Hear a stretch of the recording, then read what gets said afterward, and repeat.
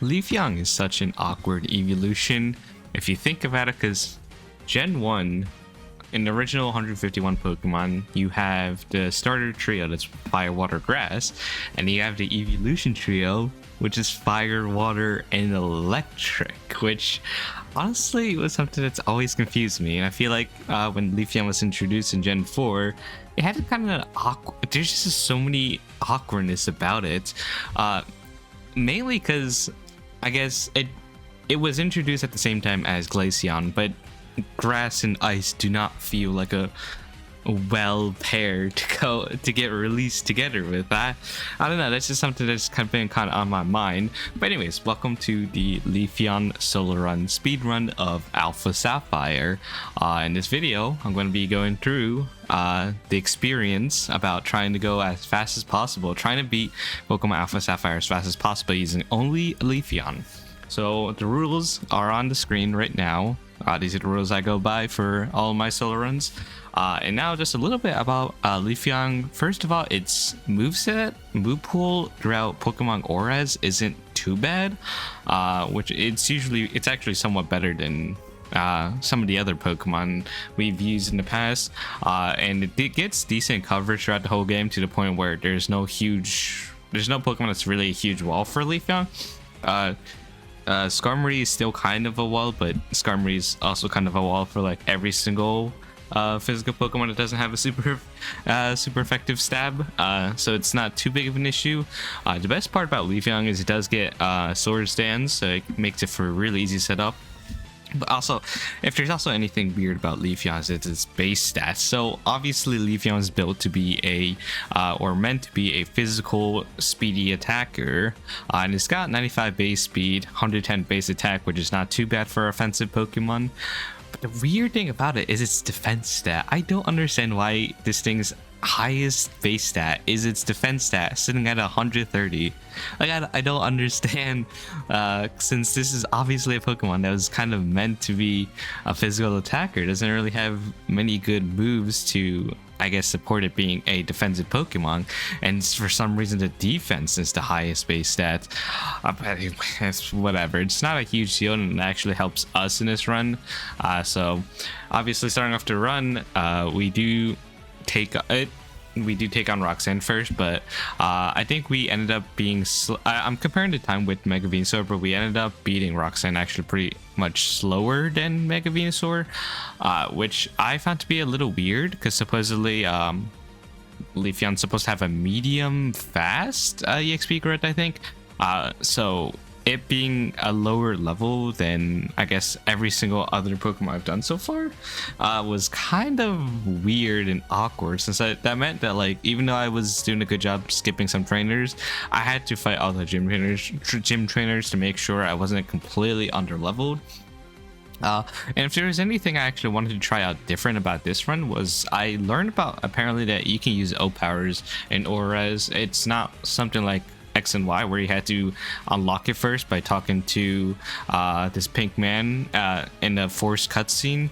Rather, in Auras, it's just there. They don't tell you about it, but it's just there. And I wanted to utilize this because it gives you a nice bonus to your stat when you go into the battle, and you don't have to take an extra turn to do it.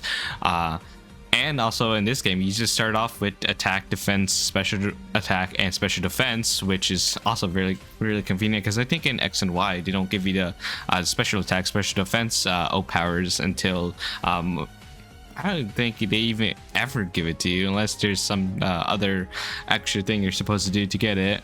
You have to go out of your way to get it. But anyways, moving on. We used an O-Power attack for Roxanne, and it allowed us to 2-hit KO the Nose Pass, making it slightly faster, I think.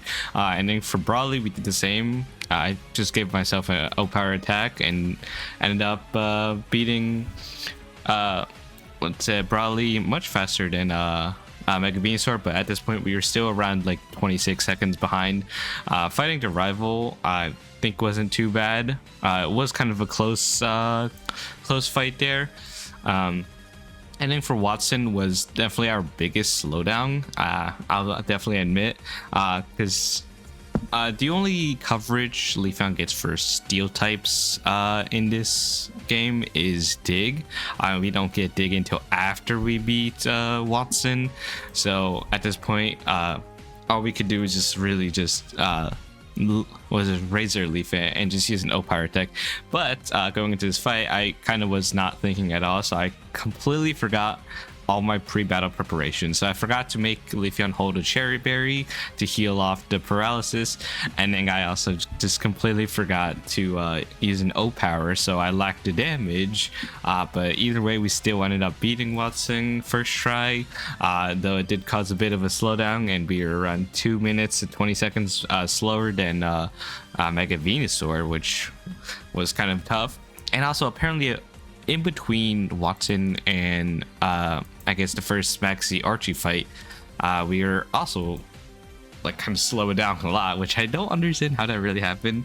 I don't remember exactly any huge monumental moments that caused a big slowdown, but okay. And so we somehow still ended up beating that really slowly, and we were 5 minutes behind. And then next came Flannery, and Flannery obviously was supposed to be the biggest wall of this game.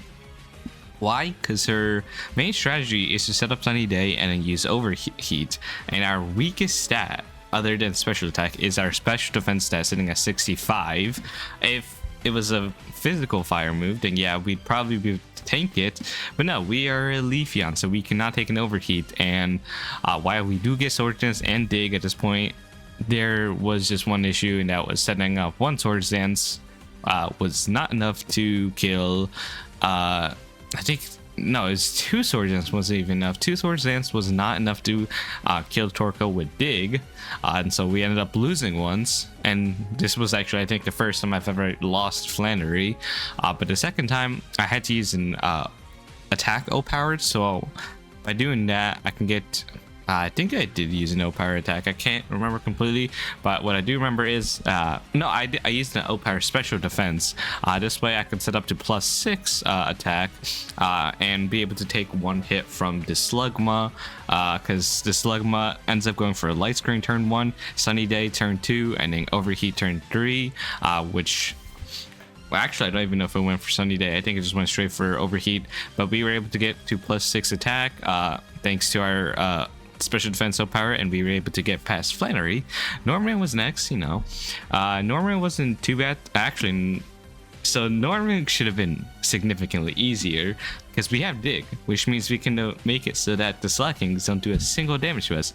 But I completely blanked out during this fight and went for Swords Dance turn 1, which meant we got yawned, put to sleep. At the very least, we do have high base defense, so the Slacking couldn't really kill us. And after I realized I was being an idiot, I decided to start pressing Dig again to make sure that the Slackings aren't actually destroying me. And yeah, Norman, after Flannery and Norman, it really wasn't that bad anymore.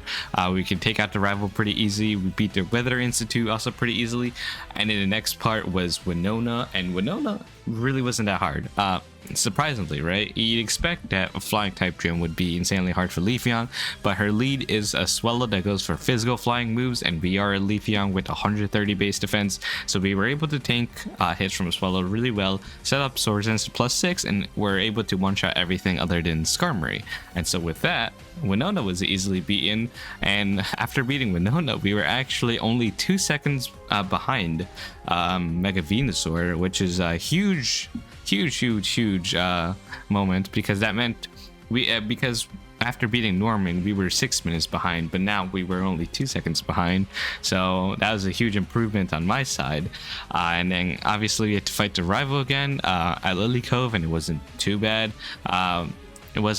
There's not much to talk about that one. And then Tate and Liza was actually somewhat of an issue, just because I think I also didn't use no power, thinking that I could easily just take them out with a Razor Leaf, but boy, was I wrong. I did not deal enough damage. So after seeing that their first Razor Leaf did not do much damage, I had to set up a Sword Dance to make sure that they don't get hit into a range to heal. And then I was getting hit by Psychics, which did some really high damage. But after setting up Sword Dance and going for Razor Leaf, we were able to just take them out. Yeah, that was actually like the first time I struggled with Tay and Liza. funny enough. And then for the final Archie fight, really wasn't much of an issue as compared to Mega Venusaur. We were able to just easily set up our sword stances, and I don't think Crobat even outsped us. So even if it did, I don't think it killed us, because I'm pretty sure his Crobat had physical attacks. So we were able to take that out, and everything else just kind of dropped easily as well. And then if anything, and then Primal Kyogre, we just used a Master Ball. I didn't want to take any risk. And then Wallace was super easy as well. To no one's surprise, you just set up Sword Stance on this Love Disc, because Love Disc is an absolute disgustingly horrible Pokemon. So just set up Sword Stance, and at this point we had Leaf Blade, so we can just spam Leaf Blade, and obviously nothing's living that, and we don't have to worry about missing, because funny enough, I had Razor Leaf for a really long time during this run, and gosh, just like the Mega Venusaur run, I kept missing Razor Leaf, and I was super frustrated beyond belief. But anyways, we go back, we continue on after Wallace. We take down Wally, which once again, not much of an issue. If there was anything there, I guess there's Altaria and a bunch of other Pokemon that could have gone wrong if I got lucky. I remember, I think I got poisoned by the Roselia due to Poison Point, but still was not enough to take us out. And Mega Gallade did not outspeed. So from what my viewer was saying, that it might have been a roll, it might have been a speed tie, might have been just really close. I'm thinking maybe because of the EVs that I think I was guaranteed to outspeed the Mega Gallade there. But anyways, it was time for the Elite Four. And once again, Sydney is not much of an issue, but the big one was Phoebe, because goddamn, Phoebe's so annoying. But I think this time I only lost once to Phoebe, because, you know, first time Dusclops went for Curse, and so I was losing 25% of my health each turn, and that's not easy to deal with. But the second time it went for Future Sight turn 1, so I just went for one Sword Dance and just went for the kill. After using, I think I used attack O-Power to make sure to get myself to plus 3 attack, just to make sure I could get the kill. And then Glacia, I actually spammed some X items that I bought beforehand, because I thought that she would be the biggest problem. Ice Subs could easily destroy Leafeon, but her lead Glalie never goes for any special ice type moves. I'm pretty sure I had Freeze Dry, not too sure, but it just spammed Ice Shard, so it wasn't really much of an issue. But I still use some X items just in case.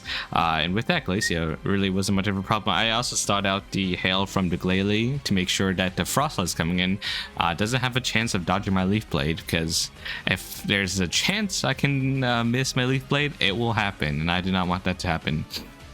And then Drake wasn't much of an issue. It's an easy setup on his Altaria. His Altaria does not do much damage. So our final, I guess, fight is against big ol' Steven Stone, but he lays off his Skarmory, which obviously walls us, but the thing is, it doesn't kill us. I think its only move was Drill Peck and Toxic, so with our high base defense, it really wasn't doing much damage, so easily set up Sword Dance and just went straight for the kill. Nothing really pressured me after that, so, and luckily the Metagross was also not enough to just to outspeed us, so we were able to one-shot with a +6 dig. And with that, we beat the game at 1 hour 50 minutes and 58 seconds, which is definitely faster than Mega Venusaur by like 19 minutes. Yeah, around 19 minutes. But this is slower than Mega Charizard, Mega Blastoise, Mega Charizard X. It was definitely faster than Mega Charizard Y, but you know, that was obvious because that one just had a lot of slowdowns, and so we don't talk about that. But anyways, yes, I hope you guys enjoyed watching, and our next challenge will be Mega Sharpedo and Omega Ruby, and I feel like that one could have its troubles, but we'll have to see. So I hope you guys enjoyed this video, and come join me on the live stream so you can watch these live. But see ya, bye bye.